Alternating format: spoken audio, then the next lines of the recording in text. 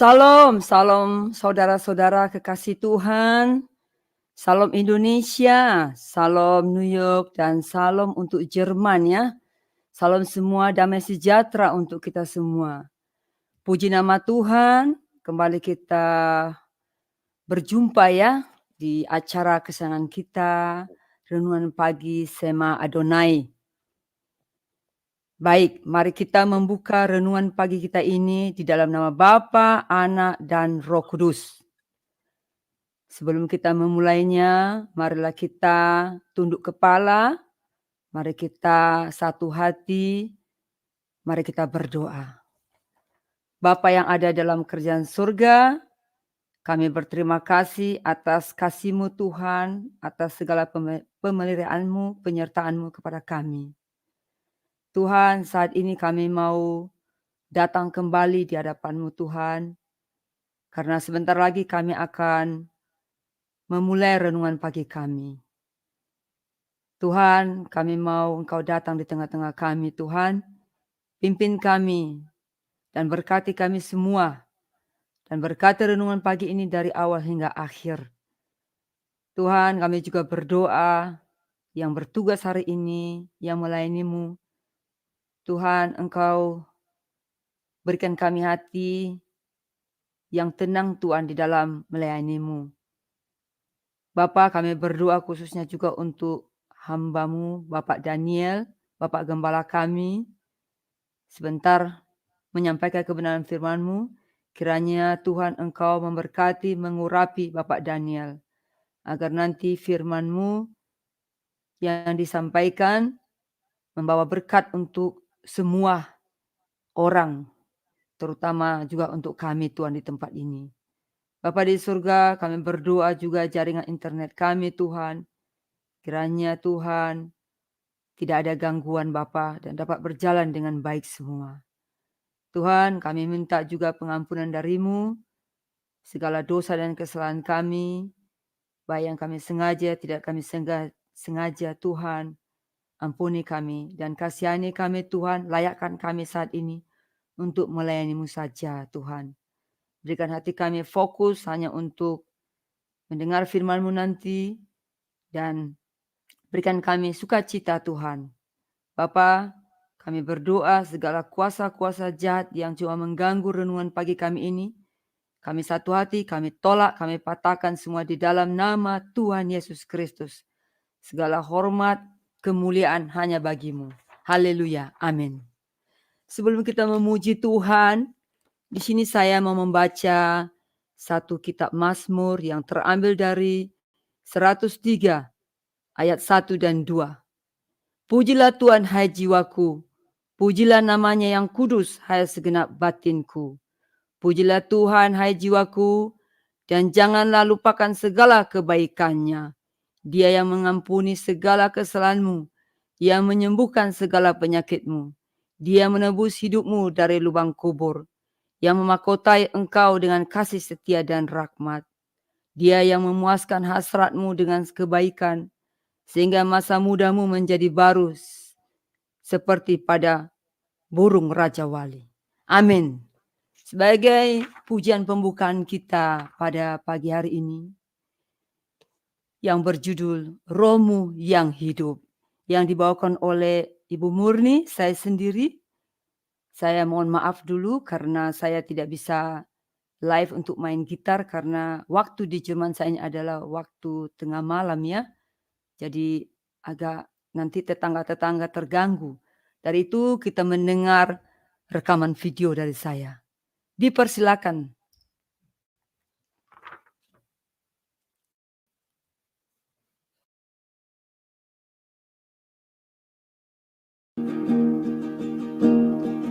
Rohmu yang hidup penuhiku,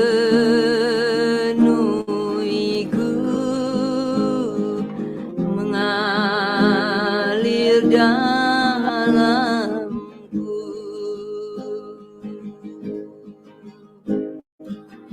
Jiwaku tenang bersamamu dalam naunganmu. Ku buka hati tuh jamahanmu, berserah penuh di hadiratmu. Kau ambil alih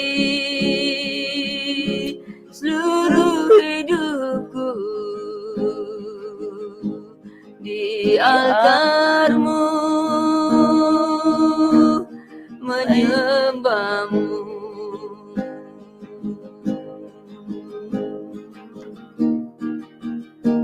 Ya Tuhan, terima kasih Bapa.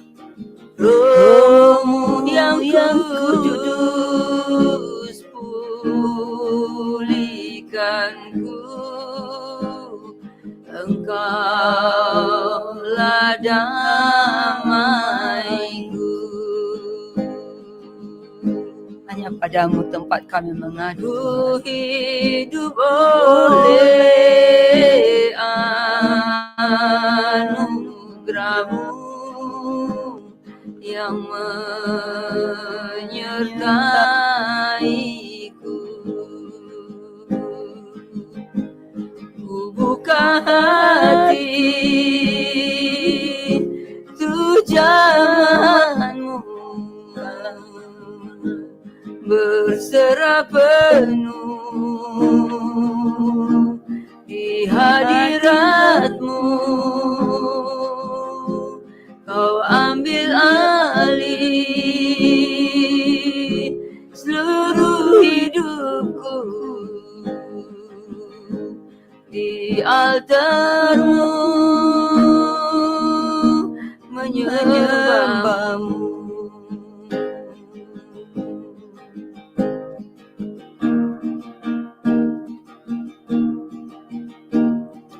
Roh-Mu yang hidup penuhiku, mengalir dalamku.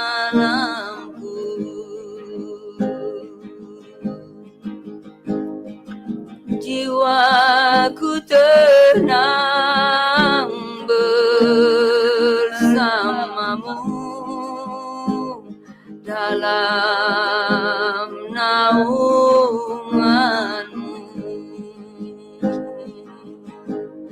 Ku buka hati tuh jamahan-Mu Tuhan, berserah penuh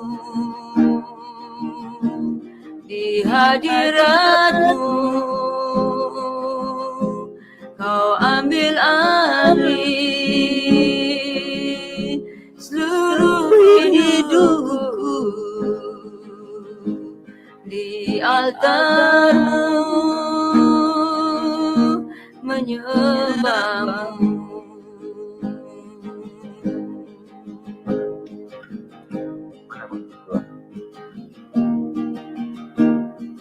Roh-Mu yang kudus, pulihkanku. Engkaulah damaiku.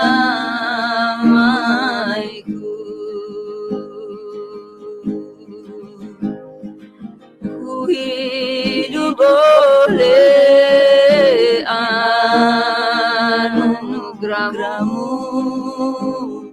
yang menyertaiku. Ku buka hati tuh jamahan-Mu Tuhan, berserah penuh di hadirat-Mu Tuhan. Kau ambil alih seluruh hidupku di altar-Mu, menyembah-Mu. Di altar-Mu,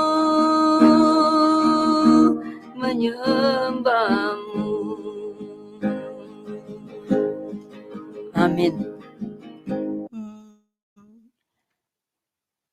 Amin, amin. Puji Tuhan ya, pujian ini ya. Roh Tuhan itu hidup ya. Roh Tuhan itu yang bisa memberikan kita damai sejahtera dan ketenangan jiwa. Marilah kita serahkan hidup kita ke dalam tangannya. Karena roh Tuhan itu kalau kita miliki, kita ada ketenangan jiwa, ketenangan pikiran, dan ada sukacita. Baiklah, dari itu, mari kita siapkan hati kita untuk mendengar kebenaran firman Tuhan yang dibawakan oleh Bapak Gembala kita, Pak Daniel Palungan, yang bertema belajar dari sejarah. Jadi ini sudah part ketiga ya. Baik, mari kita siapkan hati dan jika ada yang penting-penting pesan Tuhan dicatat ya, saudara-saudari. Baik, dipersilakan Pak Daniel. Mari kita tunduk kepala, kita berdoa. Bapa, terima kasih kami bisa tidur beristirahat dengan nyenyak dan kami bangun dengan tubuh yang sehat segar. Kami sungguh bersyukur untuk pemeliharaan Tuhan dalam hidup kami. Dari saat ke saat Tuhan tidak pernah meninggalkan kami. Karena itu kami akan selalu memuji menyembah Tuhan dan akan selalu melakukan apa yang Tuhan perintahkan di dalam kehidupan kami. Saat ini Bapa, kami akan merenungkan firman-Mu. Kiranya melalui firman ini kami diajar bagaimana kami harus hidup supaya dapat senantiasa berkenan kepada Tuhan. Kami berdoa, kami sambut firman Tuhan di dalam nama Yesus. Haleluya. Amin. Nah, saudara-saudara yang dikasihi Tuhan, sudah terpatri secara boleh dibilang permanen, secara kuat, sangat kuat di dalam kehidupan banyak orang, banyak orang ya, bahwa pengalaman adalah guru yang terbaik. Lama saya pegang pandangan itu, pengalaman adalah guru yang terbaik. Setelah saya analisa, ternyata pengalaman itu guru yang malas. Karena kita baru sadar kalau kita kebut-kebutan di jalan itu rupanya resikonya masuk got, resikonya nabrak pohon. Guru yang sangat mahal harganya. Karena ketika kita habis kebut-kebutan, nabrak pohon, masuk got itu, kaki patah-patah, dibawa ke rumah sakit, biaya sangat mahal. Jadi, dulu saya kagum dengan guru pengalaman, tetapi sekarang saya tetap dijadikan sebagai guru, namun guru yang tidak terbaik lagi. Bagi saya, guru yang terbaik itu adalah hikmat. Dan itu saudara baca di dalam Amsal, di dalam Alkitab, ya. Hikmat itu hadir sebelum kelas dimulai. Dia mengajar kita hati-hati di jalan. Kalau keluar rumah, kunci pintu. Hati-hati, semua lampu-lampu dimatikan karena bisa terjadi. Nah, guru hikmat itu murah. Kita tidak perlu bayar rumah sakit puluhan juta karena patah-patah. Tetapi kita diingatkan di awal, jalan di jalan raya itu hati-hati, waspada senantiasa. Nah, jadi hikmat itu adalah guru yang terbaik. Nah, guru yang terbaik ini kemudian mengajarkan kepada saya bahwa lihat pengalaman orang, lihat kegagalan orang, lihat kehidupan orang. Bahwa orang yang berhasil itu bukanlah orang yang tidak pernah gagal, orang yang tidak pernah jatuh, tetapi orang yang berhasil adalah orang yang ketika dia jatuh, dia berjuang untuk bangkit, mengulang lagi, dan tidak pernah kenal menyerah di dalam kehidupannya. Mengajarkan bahwa kegagalan ini disebabkan itu, kejatuhan ini disebabkan itu. Karena itu jangan sampai melakukan hal-hal yang membuat orang itu jatuh hancur di dalam kehidupannya. Nah, itu sebabnya saudara, maka napaktilas kehidupan bangsa Israel ini merupakan sesuatu pelajaran yang sangat berharga bagi saya, dan karena itu saya sampaikan kepada jemaat Tuhan untuk mari kita bersama-sama mempelajari apa yang membuat bangsa Israel itu harus beridar-idar di padang gurun selama 40 tahun, yang harusnya perjalanan itu dapat ditempuh di dalam hitungan minggu, bahkan paling lama itu hitungan bulan. Tentu ada faktor-faktor, tentu ada sebab, dan karena itu Tuhan membuat mereka beridar-idar di padang gurun selama 40 tahun itu. Dan dari bacaan kita Ulangan pasal 8 ayat 1 sampai ayat yang ke-20 ini, kita mendapat banyak pelajaran. Dan karena itu saya akan bacakan lagi di dalam Ulangan pasal 20 ayat yang kedua yang berkata, "Ingatlah kepada seluruh perjalanan yang kau lakukan atas kehendak Tuhan Allahmu selama 40 tahun dengan maksud seterusnya." Kita sudah renungkan bersama-sama itu, ya. Jadi, ada sebab yang membuat bangsa Israel itu tidak dipercepat atau tidak sesuai dengan waktu yang ditetapkan Tuhan untuk masuk ke tanah Kanaan, tetapi harus ditunda dulu 40 tahun kemudian dengan maksud yang jelas dari Tuhan. Nah, oleh karena itu saudara, maka ada tujuan yang Tuhan mau capai di dalam kehidupan bangsa Israel, sehingga mereka harus dibuat beridar-idar di padang gurun 40. Satu maksudnya adalah supaya mereka menjaga sikap hati. Ayat 11 sampai 16. "Hati-hatilah supaya jangan engkau melupakan Tuhan Allahmu dengan tidak berpegang pada perintah, peraturan, dan ketetapannya yang kusampaikan kepadamu pada hari ini. Dan supaya apabila engkau sudah makan dan kenyang, mendirikan rumah-rumah yang baik serta mendiaminya, dan apabila sapimu dan kambing dombamu bertambah banyak, dan emas serta perakmu bertambah banyak, dan segala yang ada padamu bertambah banyak, janganlah engkau tinggi hati sehingga engkau melupakan Tuhan Allah dan yang memimpin engkau melalui padang gurun yang besar dan dahsyat itu, dengan ular-ular yang ganas serta kalajengkingnya dan tanahnya yang gersang yang tidak ada air. Dia yang membuat air keluar bagimu dari gunung batu yang keras, dan yang di padang gurun memberi engkau makan mana yang tidak dikenal oleh nenek moyangmu, supaya direndahkannya hatimu dan dicobanya engkau hanya untuk berbuat baik kepadamu akhirnya." Nah, jadi tegar tengkuk. Ini faktor yang membuat Tuhan menunda dulu mereka memasuki tanah Kanaan itu, oleh karena bangsa ini bangsa yang tegar tengkuk, keras kepala, susah diatur. Karena keras kepalanya itu membuat Yosua menjadi kecut hati ketika tiba masanya dia ditunjuk Tuhan untuk mengambil alih kepemimpinan dari Musa, karena Musa tidak diperkenankan untuk membawa bangsa itu masuk ke tanah Kanaan. Yosua kenal betul karakter dari bangsa Israel yang 40 tahun bersama-sama berjalan di padang gurun itu. Bangsa yang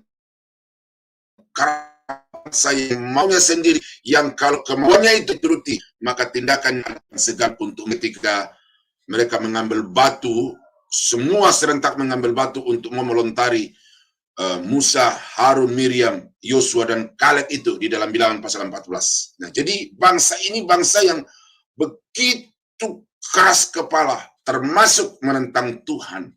Dan karena itu, Tuhan membawa mereka beridar-idar, berputar-putar di padang gurun 40 tahun itu, supaya mereka menjadi orang yang rendah hati. Jadi Tuhan ini tidak kekurangan cara, tidak kekurangan akal, saudara. Kalau dihimbau tidak mau, diajari tidak mau, ditegur tidak mau, maka sekarang harus dipaksa.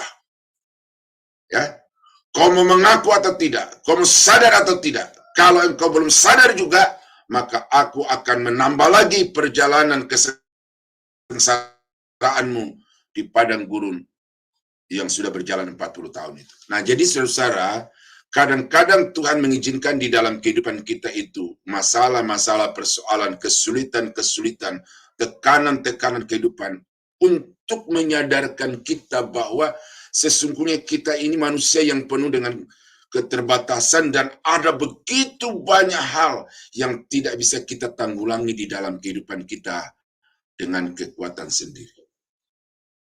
Saya kemarin contohnya, saudara, karena pelayanan tugas mengajar juga itu, maka terpaksa pelayanan yang lainnya saya harus minta orang lain untuk menangani. Nah, jadi dengan itu sadar, oh ternyata saya ini tenaganya terbatas, jangkauannya terbatas, waktunya terbatas. Jadi apa yang harus saya lakukan di dalam kesadaran keterbatasan itu, mau tidak mau harus mengakui bahwa sesungguhnya aku ada sebagaimana aku ada karena kasih karunia Tuhan. Maka itulah yang Tuhan kehendaki, sesudah kita melintasi perjalanan hidup yang penuh dengan persoalan itu, kita sampai pada satu titik kita berdiri merenung, Tuhan, terima kasih karena Engkau membawa aku sampai di titik ini, dan semua perjalanan yang telah kulalui karena kuasa dan karena pertolongan Tuhan.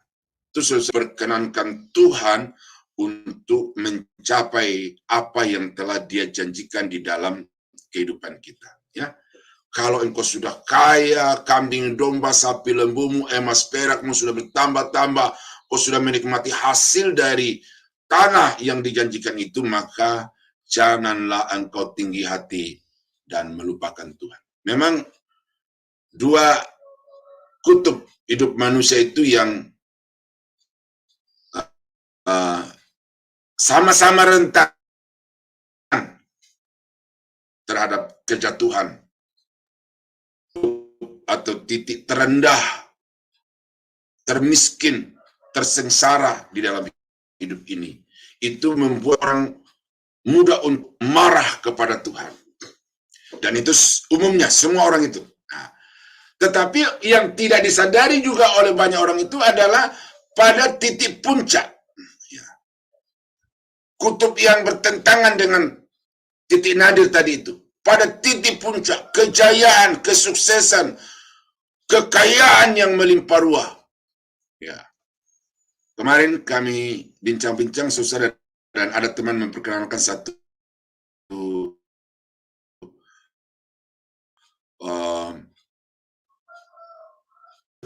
ada seorang yang punya kekayaan 106 triliun.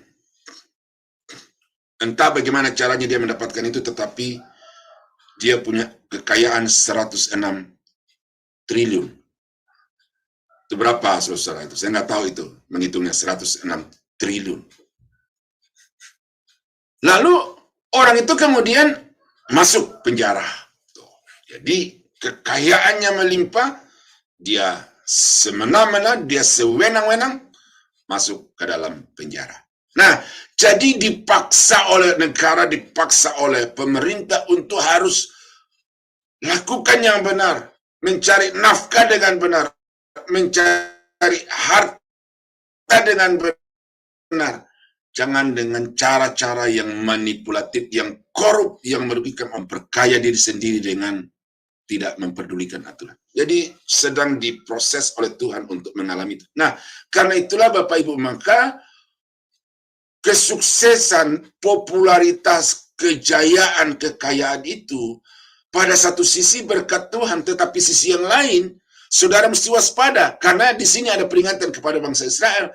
Kalau engkau sudah kaya raya, banyak kambing domba, sapi lembu, dan kemudian emas perakmu, hati-hatilah. Nah,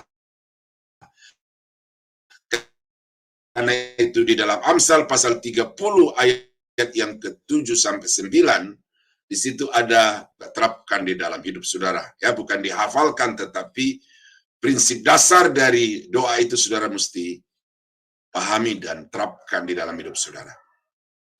Dua hal aku mohon kepadamu, janganlah itu kau tolak sebelum aku mati, yakni jauhkanlah daripadaku kecurangan dan kebohongan. Nah, janganlah berikan kepadaku kemiskinan. Ini yang saya katakan tadi itu, titik nadir yang sangat rentan untuk manusia jatuh dalam dosa.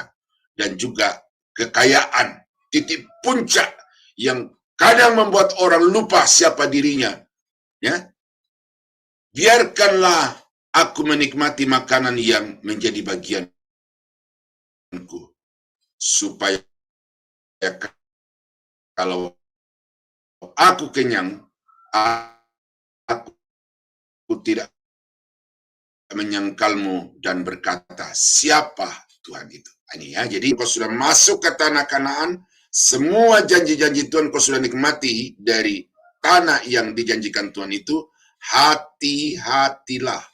Ya, hati-hatilah. Seperti doa dari Amsal ini berkata, jangan engkau berikan kepadaku kekayaan, supaya kalau aku kenyang, aku menyangkalmu dan berkata, siapa Tuhan itu?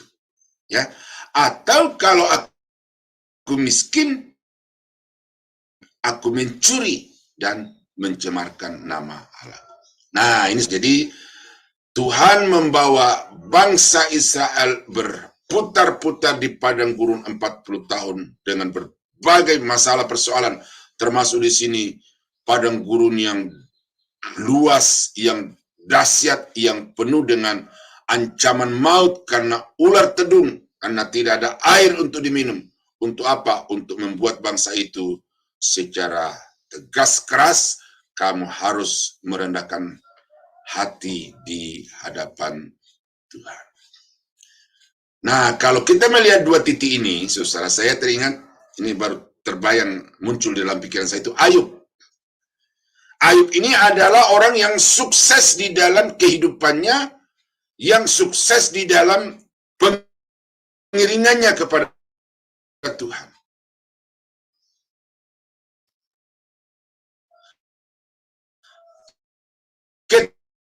Ketika dia kaya raya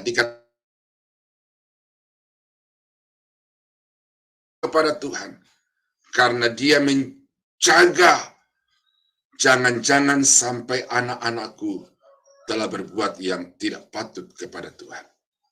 Ketika dia kaya seperti itu, dia ingat Tuhan, bahwa semua yang kumiliki adalah dari Tuhan. Karena itu di puncak-puncak kekayaannya, dia menyembah Tuhan. Dibuat Tuhan, diizinkan iblis itu mengerjain Ayub, menggocok Ayub, sehingga hilang semua yang dia miliki, termasuk anak-anak, bahkan istrinya menyangkal Tuhannya. Ya, dalam keadaan yang sampai pada titik nadir itu, kesehatannya juga dikuras habis oleh iblis.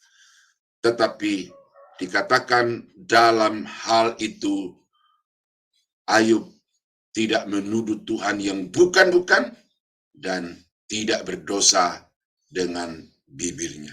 Jadi Ayub itu adalah orang yang paling sukses, karena ketika dia kaya raya, dia menyembah Tuhan dengan setia. Ketika dia miskin papa, dia tetap mengakui Tuhan yang memberi, Tuhan yang mengambil. Di pasal 42, maka Ayub tetap mengandalkan Tuhan, bahkan pengenalannya akan Tuhan itu semakin bertambah sehingga dia berkata, dulu aku hanya mendengar dari kata orang, tetapi sekarang mataku sendiri telah melihat Tuhan. Nah, jadi saudara-saudara, persoalan-persoalan yang kita alami dalam hidup ini, itu adalah tangan Tuhan yang sedang bekerja di dalam hidup kita, supaya kita menjadi orang yang senantiasa menjaga sikap yang benar di hadapan Tuhan, khususnya sikap hati kita. Nah, yang berikut yang Tuhan mau untuk dipahami, dilakukan oleh bangsa Israel di dalam hidup mereka adalah supaya mereka mengenalkan Tuhan. Karena terbukti selama 40 tahun perjalanan itu, apa jeri dalam mereka? Mereka bersungut, sungutan mereka tidak membuat lebih baik. Mereka mau bekerja, mau kerja apa? Ternak ada, memang. Tetapi kalaupun ternak mereka itu bisa hidup, itu pun juga oleh karena Tuhan yang memberi. Kalau mereka bisa makan setiap hari, itu karena Tuhan yang memberikan makanan itu dari surga. Nah, oleh karena itu, maka apa yang Tuhan mau capai melalui ayat yang ke-17 dan 18,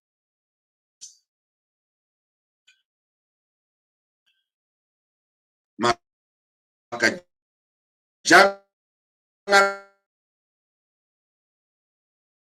Allah yang memberikan kepadamu kekuatan untuk memperoleh kekayaan dengan maksud meneguhkan perjanjian yang diikrarkannya dengan sumpah kepada nenek moyangmu seperti sekarang ini. Haruslah engkau ingat Tuhan bahwa dialah yang memberi kekuatan kepada. Ini berkat yang tidak kita sadari dalam hidup kita, saudara-saudara. Kadang kita bersama, jabatan yang sama, tetapi kekayaannya lebih bertambah. Lalu kita marah kepada Tuhan. Sadarkah saudara bahwa berkat Tuhan itu bukan hanya jabatan, bukan hanya nominal kekayaan, tetapi berkat Tuhan itu adalah kekuatan. Ketika saya membesuk jemaat saya di rumah sakit hari Minggu itu, itu saya masuk dalam satu ruangan yang cukup besar. Di situ, kalau tidak 8, ya ada 10 orang. Diceritakan oleh istri dari ini sakit ini sakit ini. Ada pengantin baru, masih sangat muda, dan orang berada di dalam ruangan itu karena gagal ginjal. Ya. Jemaat ini gagal ginjal. Nah, ini anak muda, pengantin baru, gagal ginjal. Jadi sekarang apa arti semua kekayaan, semua perusahaan? Teman yang bercerita kemarin itu, ada orang di Tangerang ini yang punya gedung 22 tingkat. Nah, kita punya rumah, jangankan 2 tingkat, 1 tingkat aja nggak nyampe. Tetapi ketika orang seperti itu sudah ada di hidung selang, di tangan selang, di saluran pembuangan selang, maka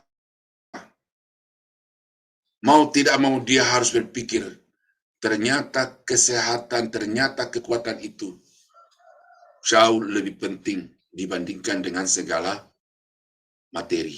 Nah, jadi karena itu saudara, maka akui Tuhan di dalam segala lakumu. Jangan mengandalkan diri sendiri, jangan mengandalkan relasi sendiri, tetapi andalkan Tuhan, karena dari Tuhan datang kekuatan yang memampukan saudara untuk melakukan segala sesuatu. Saya bersyukur mencapai umur seperti sekarang ini dalam keadaan yang Walaupun asam urat kadang-kadang kumat, ya ada gangguan sana-sini, tetapi saya bersyukur karena saya memperhatikan orang-orang yang seangkatan dengan saya, itu di bawah 50 sudah pada dipanggil oleh Tuhan. Ada mencapai usia di atas 50, tetapi dengan tubuh yang sudah begitu rentah karena digerogoti dengan sakit penyakit. Nah, jadi saudara-saudara, mari kita melihat di dalam kehidupan kita berkat Tuhan yang tidak dilihat orang itu.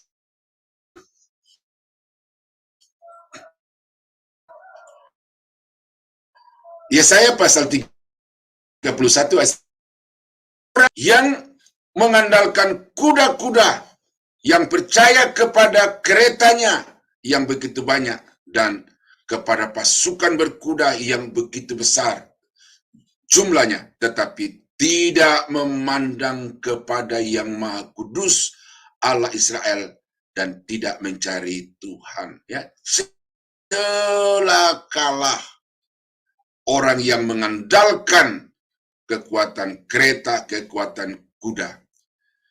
Akan tetapi dia yang bijaksana ia akan bangkit melawan kaum penjahat dan melawan bala bantuan orang-orang lalim.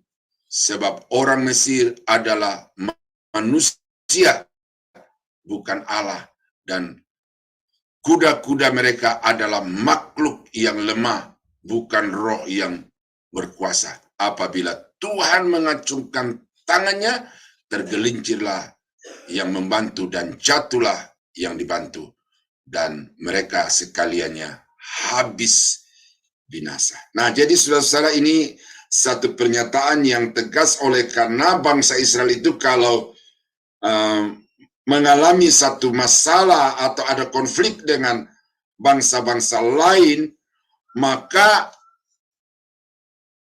mudah sekali untuk menjalin koalisi yang dianggap sanggup untuk memberi pertolongan, termasuk Mesir yang punya senjata yang mutakhir pada zaman itu. Nah, ini saya baca satu ayat lagi dari Mazmur 33 ayat yang ke-17. Ini ketika dibacakan oleh Pak Daniel Rukris kemarin itu, saya terfokus kepada ayat ini. Ayat Mazmur 33 ayat 17. Ya. Kuda adalah harapan sia-sia untuk mencapai kemenangan, yang sekalipun besar ketangkasannya tidak dapat keluputan. Nah, karena itu Yesaya juga berkata, celakalah orang yang pergi Mesir untuk minta pertolongan mengandalkan kuda-kuda itu, karena kuda adalah harapan sia-sia menurut pemazmur. Jadi antara Yesaya dan pemazmur ini sama ini. Untuk apa mengandalkan kuda? Untuk apa mengandalkan tentara? Untuk apa mengandalkan orang lain?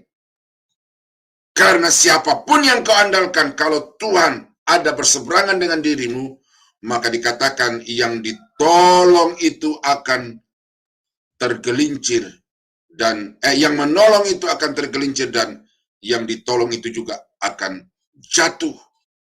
Dua-duanya akan menjadi korban dari kedahsyatan kuasa Tuhan. Itu sebabnya maka jangan lupakan Tuhan, andalkan Tuhan. Ya. Akuilah Dia di dalam segala lakumu, kata Sulaiman, orang yang paling pintar, orang yang paling kaya, tetapi kemudian dia berkata, akui Tuhan di dalam segala lakumu. Amsal 10 ayat 22. Berkat Tuhanlah yang menjadikan kaya, susah payah tidak akan menambahinya. Ya, bukan berarti kita tidak boleh bekerja, tidak, itu harus, tetapi bahwa keberhasilan dari semua yang kita rencanakan, kita harapkan dan cita-citakan itu hanya akan menjadi nyata apabila kita mengandalkan Tuhan, melibatkan Tuhan di dalam semua yang kita kerjakan. Nah, itu tujuan yang ke-9. Kenapa Tuhan membawa bangsa Israel beridar-idar di padang gurun 40 tahun lamanya? supaya mereka diajar bahwa Tuhan itu satu-satunya yang dapat diandalkan untuk menjalani hidup ini. Dan sudah terbukti selama 40 tahun perjalanan bangsa Israel itu, apapun kesusahan yang bangsa Israel hadapi, ketika mereka berseru minta pertolongan Tuhan, maka Tuhan terusnya itu, ya, sudah dikatakan di ayat-ayat di atas, ketika sedang haus-hausnya itu dan mereka sudah marah-marah kepada Musa, pada saat itu Tuhan turun tangan dan mengeluarkan bagi mereka air dari batu karang. Jadi, jadilah orang Kristen yang senantiasa mengandalkan Tuhan. Dan yang terakhir yang saya temukan dari Ulangan pasal 8 ayat 1-20 tentang tujuan Tuhan membawa bangsa Israel beridar-idar di padang gurun itu adalah supaya bangsa Israel setia kepada Tuhan. Ya, saya bacakan ayat. Tetapi jika engkau sama sekali melupakan Tuhan Allahmu dan mengikuti Allah lain, seperti bangsa-bangsa yang dibinasakan Tuhan di hadapanmu, kamu pun akan binasa, sebab kamu tidak mau mendengarkan suara Tuhan Allahmu. Nah, jadi Tuhan mau supaya bangsa itu setia kepadanya. Sudah terbukti bahwa ilah-ilah yang disembah oleh bangsa Israel, bahwa ilah-ilah yang disembah oleh bangsa-bangsa di sekitarnya itu tidak berdaya di hadapan Tuhan. Oleh karena itu, jaga komitmen, jaga kesetiaan kepada Tuhan. Jangan berpikir, jangan berbalik kepada ilah-ilah yang lain, tetapi tetap setia kepada Tuhan, karena pengharapan kepada Tuhan itu tidak pernah menjadi sia-sia. Apa yang Dia janjikan, apa yang kita pohonkan kepadanya, itu Dia akan wujudkan di dalam kehidupan kita. Nah, jadi saudara-saudara, inilah yang juga menjadi keprihatinan banyak hamba-hamba Tuhan, bahwa banyak akan ada orang-orang Kristen yang akan berpaling meninggalkan Tuhan Yesus lalu menyembah kepada ilah-ilah yang lain, dan itu sudah terbukti. Yang namanya kelompok mualaf itu terjadi di Indonesia di banyak tempat, ya.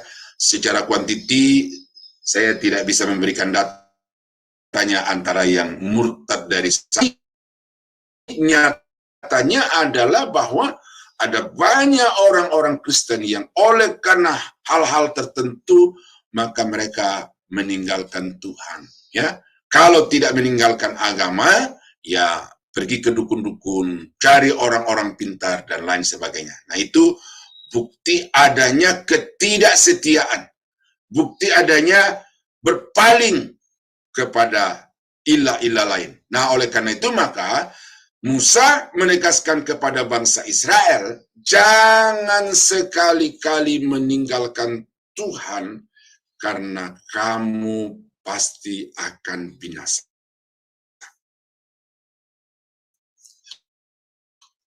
Sudah terbukti 40 tahun ini bagaimana Tuhan bertindak begitu keras, tegas, sesuai dengan kuasa dan tidak.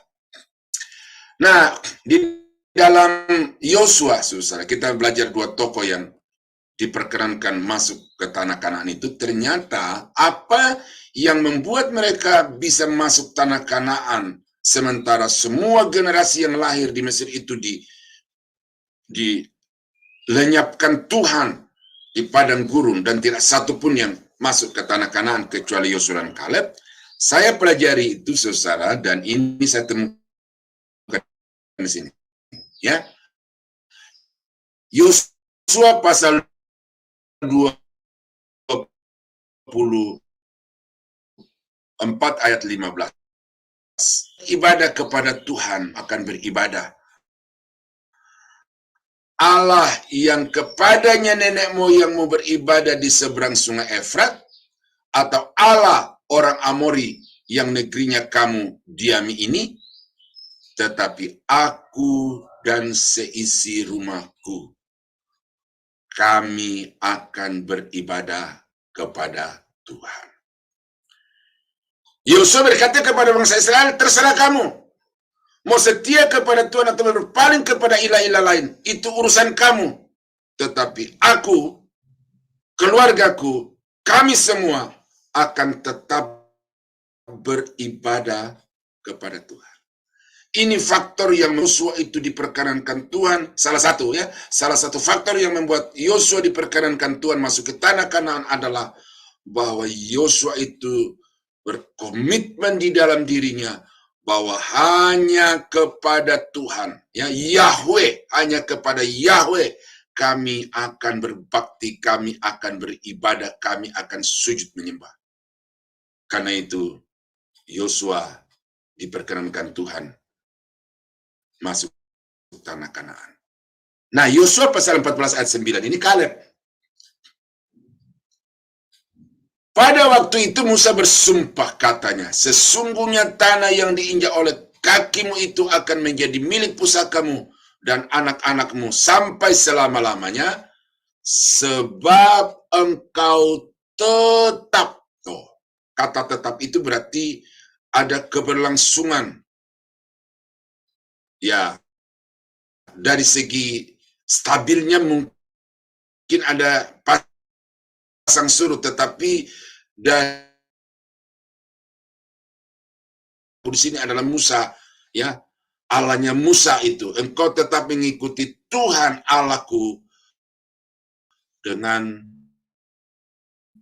segenap hati. Nah, ya di sini terjawab ini. Jadi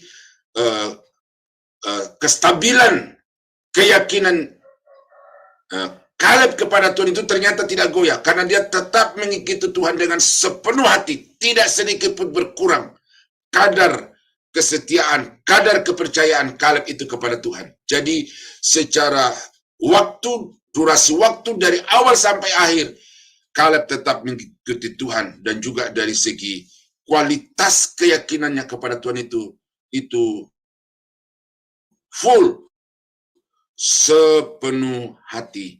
Dan inilah juga yang membuat Kaleb itu rakanan dan menikmati semua janji-janji Tuhan, karena kesetiaannya kepada Tuhan tidak berkurang sedikit pun. Ini yang Tuhan tuntut dari kita, saudara-saudara, sebagai jemaat Tuhan, loyalitas. Ya, loyalitas. Tidak ada gunanya saudara royal kepada Tuhan kalau saudara tidak loyal. Ada banyak orang karena kekayaannya melimpah sudah tidak tahu mau diapakan kekayaannya. Lalu sepertinya dia royal. Tetapi kemudian kesetiaannya itu fluktuatif. Naik turun. Bahkan ada saat-saat di mana dia berhenti di dalam komitmennya kepada Tuhan. Nah, oleh karena itu maka apa yang Tuhan mau capai dari bangsa Israel di dalam perjalanan 40 tahun itu adalah supaya bangsa Israel itu melihat bahwa kalau kita beribadah kepada Tuhan itu diberkati, kalau kita meninggalkan, kalau kita bersungut-sungut, marah ngambek kepada Tuhan itu dimurkai. Maka itu sebabnya ke depan ini jangan lagi ada marah, jangan lagi ada sungut-sungut, jangan lagi ada ngambek-ngambekan dengan Tuhan, tetapi setia, tetap mengikut Tuhan apapun yang terjadi di dalam hidup ini. Nah, dengan itu tujuan Tuhan membawa bangsa Israel di padang gurun 40 tahun itu menjadi tercapai. Tuhan, inilah pelajaran jalanan bangsa Israel di padang gurun itu, dan saya temukan pelajaran-pelajaran yang sangat berharga ini. Termasuk di sini adalah kesetiaan. Saudara-saudara, jangan saudara pikir saya ini tidak ada godaan. Saya pernah ditelepon oleh keluarga saya di Papua, dia berkata, Daniel sudah pulang, kau pulang ke Papua sudah. Saya dulu kan dari Papua, ya, Toraja ke Papua, lalu ke Jakarta. Kau sudah pulang sudah ke Papua. Kau Papua tinggal terima kunci. Tidak perlu susah-susah cari. Tergoda saudara-saudara. Siapa yang tidak tergoda? Apalagi kota itu kota dekat Tembagapura, kota tambang emas itu. Tetapi saya waktu itu berpikir, bukan jumlah orang yang saya mau capai, tetapi di mana saya bisa mengembangkan kapasitas diri untuk mencapai yang lebih tinggi, mencapai yang lebih luas. Kalau seandainya waktu itu saya menerima tawaran itu, saudara, mungkin saya tidak akan mencapai tingkat pendidikan seperti sekarang ini. Ya, jadi dari jari dan mati satu lagi, berkurang satu lagi di awal tahun 2024 ini, ya, ini bukan berarti tidak ada gangguan di dalam pemikiran saya. Ada, saudara, tetapi saya mau belajar setia kepada Tuhan. Ya, saya mau mengajarkan kepada diri saya bahwa sebagai seorang pendeta, jangan sekali-sekali menjadikan standar bisnismen itu menjadi standar keberhasilan seorang pendeta. Itu saya berkata kepada diri saya, karena sudah banyak pendeta-pendeta yang tanpa sadar terjebak di dalam perangkap iblis oleh karena menjadikan standar bisnismen sebagai standar kesuksesan seorang pendeta. Pendeta sekarang ini berlomba-lomba untuk mencari kekayaan, berlomba-lomba untuk memperbanyak fasilitas, berlomba-lomba untuk mempermewah ruang-ruang ibadah mereka. Ya, tetapi bagi saya itu adalah barang-barang mati yang Tuhan sudah janjikan akan dicukupkan dalam hidup saya. Karena itu saya berjuang bagaimana meningkatkan kualitas iman jemaat, bagaimana memperbanyak pelayan-pelayan Tuhan, ya, multifikasi pemimpin-pemimpin gereja masa depan. Ini yang saya sedang pergumulkan dan saya bersyukur walaupun saya ada di tengah-tengah kampung sawah yang dikelilingi oleh semua orang muslim, tetapi dari tempat ini saya bisa melakukan sesuatu yang menurut saya itu penjangkauannya lebih luas dan diri saya sendiri dapat meningkat secara kualitas. Nah, jadi saudara, karena itu setialah kepada Tuhan. Oh ya, satu lagi dulu, saudara. Saya pernah ditawari juga oleh satu jemaat yang saya ini persekutuan doa di daerah Pamulang, ada rumah, datang ke sana, melayani sana. Saya layani jemaat itu, haleluya, saudara. Itu menangis gitu, menangis. Ya. Jadi saya merasakan kasih jemaat itu yang walaupun waktu itu dihitung dengan jari, tetapi mereka begitu sayang.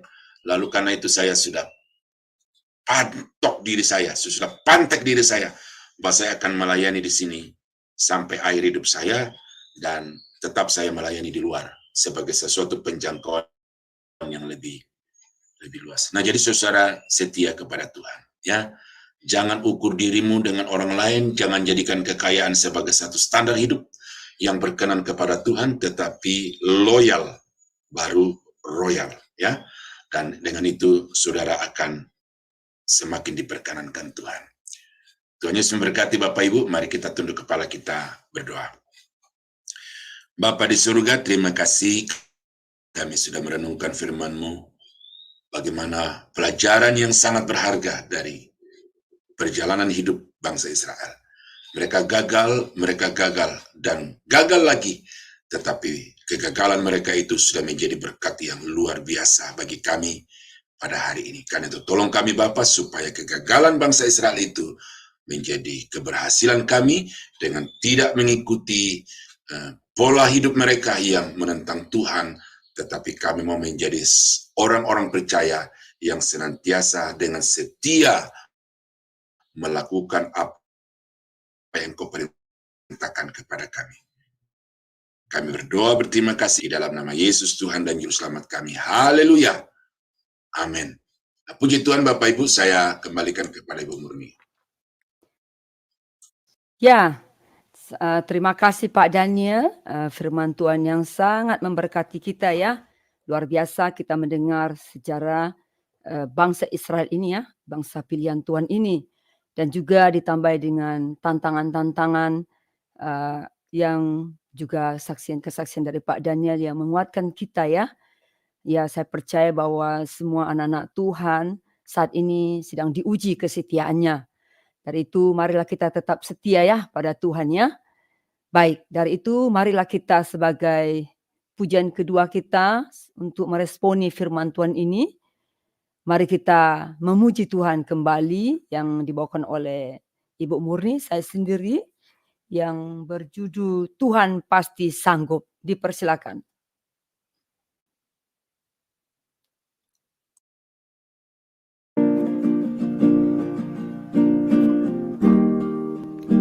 Kuatkanlah hatimu,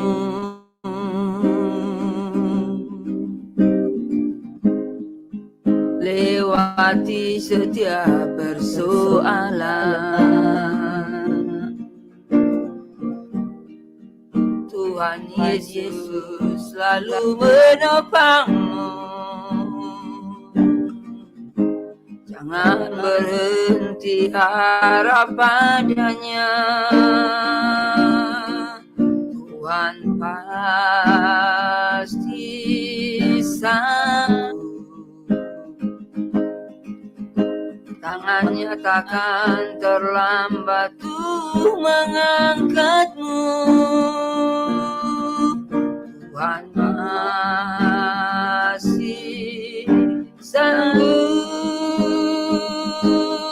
percayalah,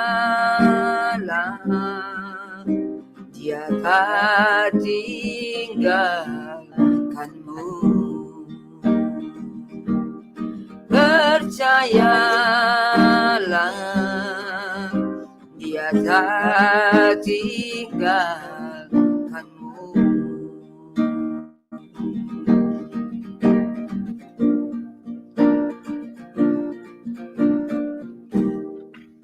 Kuatkanlah hatimu,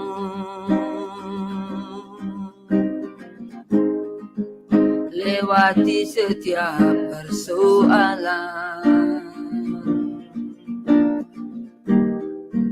Tuhan Yesus selalu menopangmu. Jangan berhenti harap padanya. Tuhan pasti sanggup. Tangannya takkan terlambat untuk mengangkatmu. Tuhan masih sanggup, percayalah, Dia tak tinggalkanmu. Percayalah, Dia tak tinggalkanmu. Percayalah, Dia tak tinggalkanmu. Amin, amin. Amin, amin. Puji nama Tuhan. Ya, mari kita menguatkan hati kita ya.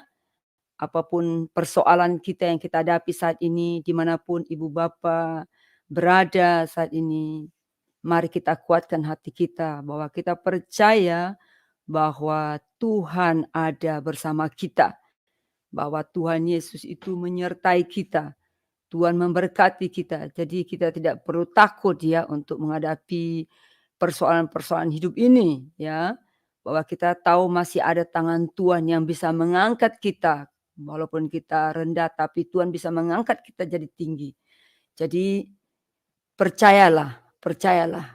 Benar firman, benarlah pujian ini. Baik, dari itu marilah kita satu hati berdoa.